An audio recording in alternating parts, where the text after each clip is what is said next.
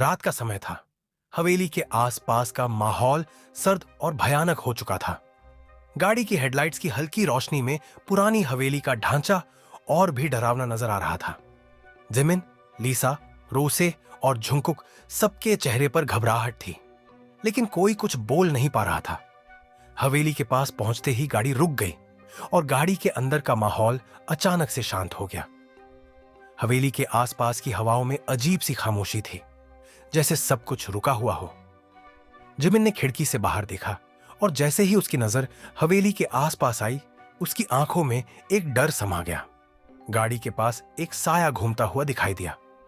वह साया इंसान जैसा था, लेकिन कोई चेहरा या रूप नहीं था। वह हवा में ऐसे तैरता हुआ लग रहा था जैसे वह शारीरिक रूप से नहीं बल्कि किसी आत्मा की तरह वहां मौजूद हो। साया धीरे धीरे गाड़ी के पास आकर रुक गया। लीसा ने घबराते हुए कहा, यह क्या है? ये किसका साया है? जिमिन ने अपने हाथ से सिर को पकड़ा और कहा, यह इंसान नहीं हो सकता, कुछ और है, कुछ बहुत अजीब है। रोसे ने गहरी सांस ली और कहा, हमें यहां से जल्दी निकलना होगा। अगर यह साया हमारे साथ खेल रहा है तो हम सब खत्म हो सकते हैं। झुंकुक ने फौरन दरवाजा खोलने की कोशिश की, लेकिन इससे पहले कि वह कुछ कर पाता, साया अचानक गाड़ी के पास और भी करीब आ गया। अब वह लगभग गाड़ी के बगल में खड़ा था। उसकी मौजूदगी इतनी भारी थी कि हवा में एक अजीब सी नीरवता फैल गई। एक पल के लिए सब कुछ रुक गया और फिर उसी साए से एक धीमी पर सख्त आवाज आई, तुम लोग यहां क्यों आए हो? यह आवाज पुरानी और टूटी फूटी थी, जैसे समय की धूल से निकली कोई आवाज हो। लीसा ने डरते हुए कहा, क्या यह हमें चेतावनी दे रहा है? जिमिन ने झिझकते हुए जवाब दिया, यह कुछ बहुत पुराना और खतरनाक है, हमें इसे हल्के में नहीं लेना चाहिए। तभी साया धीरे धीरे गायब होने लगा, लेकिन उसके जाते ही एक अजीब सी गंध हवा में फैल गई, जैसे कोई बुरी आत्मा इस जगह से जुड़ी हो।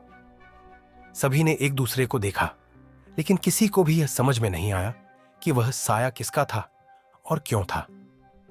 वे सोचने लगे, क्या यह हवेली किसी पुराने राजपूत या जमींदार की थी, जिनकी आत्मा अभी भी वहां बसी हुई थी? झुंकुक ने कहा, हमें यह जानने के लिए अंदर जाना होगा। अगर हम नहीं गए तो यह रहस्य हमें हमेशा परेशान करेगा। रोसे ने घबराहट में कहा, लेकिन अगर हम अंदर गए तो क्या होगा?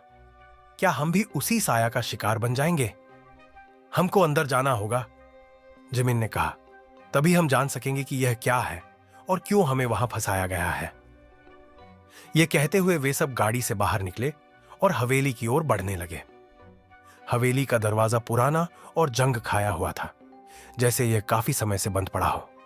जैसे ही दरवाजा खोला, एक अजीब सी सर्दी अंदर घुस गई और एक गहरी खामोशी छा गई। चारों ने एक दूसरे को देखा और धीरे धीरे हवेली के अंदर कदम रखा। अंदर का माहौल और भी डरावना था। दीवारों पर बेतरतीब ढंग से जाले लगे हुए थे और लकड़ी की फर्श इतनी पुरानी थी कि हर कदम पर छटका हुआ था। अचानक एक दरवाजे से सटी हुई आवाज आई, जैसे कोई उस कमरे में हो। सब लोग डरते हुए उस कमरे की ओर बढ़े। जैसे ही वे कमरे में पहुंचे, अंदर की बत्तियां जल गईं और सामने एक पुरानी तस्वीर दीवार पर लगी थी। तस्वीर में एक राजपूत राजा की छवि थी, जो बहुत ही क्रूर और डरावना नजर आ रहा था। आंखों में एक अजीब सा दर्द था, जैसे वह कुछ मांग रहा हो। और तभी वही साया फिर से नजर आया। यह साया अब और भी नजदीक था और उसकी आवाज गहरी और खौफनाक हो गई थी। तुम लोग यहां क्यों आए हो? क्या तुम जानना चाहते हो कि मैं कौन हूं? अब यह बिल्कुल साफ था कि यह कोई साधारण साया नहीं था। यह एक आत्मा थी, जो अपनी काली ताकत से उनका पीछा कर रही थी और उसने अपनी कहानी सुनाने का फैसला किया था। जैसे ही साया गहरी डरावनी आवाज में बोला, सभी का दिल जोर जोर से धड़कने लगा। उस आवाज में ऐसा खौफ था कि मानो वह सीधे उनकी आत्मा को छूने की कोशिश कर रहा हो। जिमिन ने कांपते हुए पूछा, तुम कौन हो? क्या तुम हमें परेशान कर रहे हो? साया हंसा, लेकिन यह हंसी अजीब थी, जैसे किसी आत्मा की खौफनाक हंसी। तुम लोग यहां क्यों आए हो? उसने फिर से वही सवाल पूछा। तुमने वह सब देख लिया है जो यहां पहले हुआ था। अब तुम भी मेरी तरह यहीं फंसने वाले हो।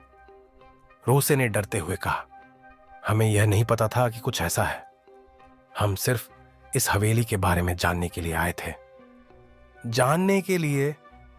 साया की आवाज और भी तेज हो गई। तुम लोगों को यह जानने का हक नहीं है। जो भी यहां आता है वह मेरे साथ हमेशा के लिए रुक जाता है। मैं अब तुम्हें भी अपने साथ ले जाऊंगा। सबके दिलों में एक ही सवाल था, क्या यह साया किसी इंसान का था या फिर यह एक खौफनाक सांप था जो इस हवेली से जुड़ा हुआ था। सभी एक दूसरे को देख रहे थे, लेकिन किसी के पास कोई जवाब नहीं था। जुंगकुक ने अचानक कहा, हमें इसे हर हाल में हराना होगा। अगर हम यही खड़े रहे तो यह हमें खत्म कर देगा। लीसा ने कहा, लेकिन यह तो किसी आत्मा जैसा लगता है। क्या हम इसे हराने के लिए कुछ कर सकते हैं? जिमिन ने गहरी सांस ली और कहा, हमें इस हवेली के बारे में और ज्यादा जानना होगा। अगर इस साया को हमें परेशान करने का मौका मिला है तो इसका मतलब है कि इसके पीछे कोई पुरानी कहानी छुपी हुई है। हमें वो कहानी ढूंढनी होगी। वे सब डरते हुए हवेली के अंदर और गहरे घुस गए। जैसे जैसे वे अंदर जाते गए, हवेली की दीवारों की सर्दी और गहराई महसूस होने लगी। हर कदम पर पुरानी लकड़ी चरचरा रही थी और हवेली की दीवारों पर झाले फैल गए थे। उन्होंने एक कमरे में दाखिल होते हुए देखा कि कमरे के कोने में एक पुराना किताबों का ढेर पड़ा हुआ था। जिमिन ने किताबों को उलटते हुए एक पुरानी डायरी निकाल ली। ये देखो, जिमिन ने कहा, यह डायरी शायद हमें कुछ मदद कर सकती है। लीसा ने ध्यान से डायरी को खोला और उन्होंने कुछ अजीब से शब्द पढ़े। यह हवेली शापित है। यह एक राजा की आत्मा की गिरफ्त में है जो अपने मरने के बाद भी अपनी धरती पर अराजकता फैला रहा है। उसकी आत्मा का बदला अधूरा था और वह कभी शांति से नहीं रह सकता।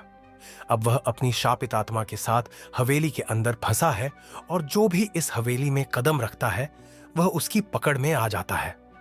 तो यह वही राजा है, जुंगकुक ने कहा। इसकी आत्मा इसी हवेली में बसी हुई है और वह हमें भी अपने साथ फंसाना चाहता है। यह सुनकर सबकी आंखों में डर समा गया। उन्हें अब यह समझ में आया कि यह साया किसी राजा की आत्मा है जो अपनी शापित हवेली में फंसा हुआ था और अब वह सबको अपनी दुनिया में खींचना चाहता था। लेकिन इसका मतलब था कि वे कभी बाहर नहीं निकल सकते। क्या हमें इसे किसी तरह हराना होगा? रोसे ने घबरा कर पूछा। जिमिन ने गहरी सांस ली और कहा, हमें इस राजा की आत्मा को शांति देनी होगी, तभी हम इस हवेली से बाहर निकल सकते हैं। तभी एक और अजीब आवाज आई, तुम सब सोच रहे हो कि तुम मुझे हराने में सफल हो पाओगे। साया अचानक उनके सामने था और अब उसकी शक्ल भी एक डरावनी शाही आत्मा में बदल चुकी थी।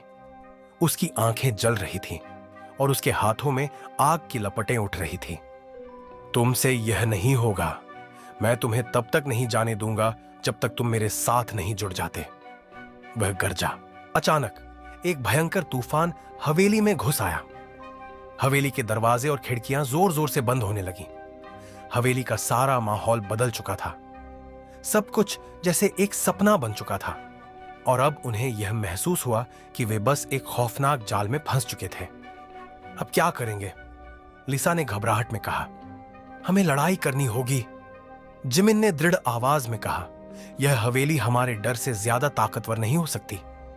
हमें इससे बाहर निकलने का रास्ता ढूंढना होगा। वे सब मिलकर तैयार हो गए, लेकिन साया अभी भी उन्हें अपनी गिरफ्त में लेने की कोशिश कर रहा था। अब यह युद्ध सिर्फ एक भूत से नहीं, बल्कि एक पूरी शापित आत्मा से था। क्या वे इस युद्ध को जीत पाएंगे या फिर यह हवेली उन्हें हमेशा के लिए अपनी गिरफ्त में ले लेगी?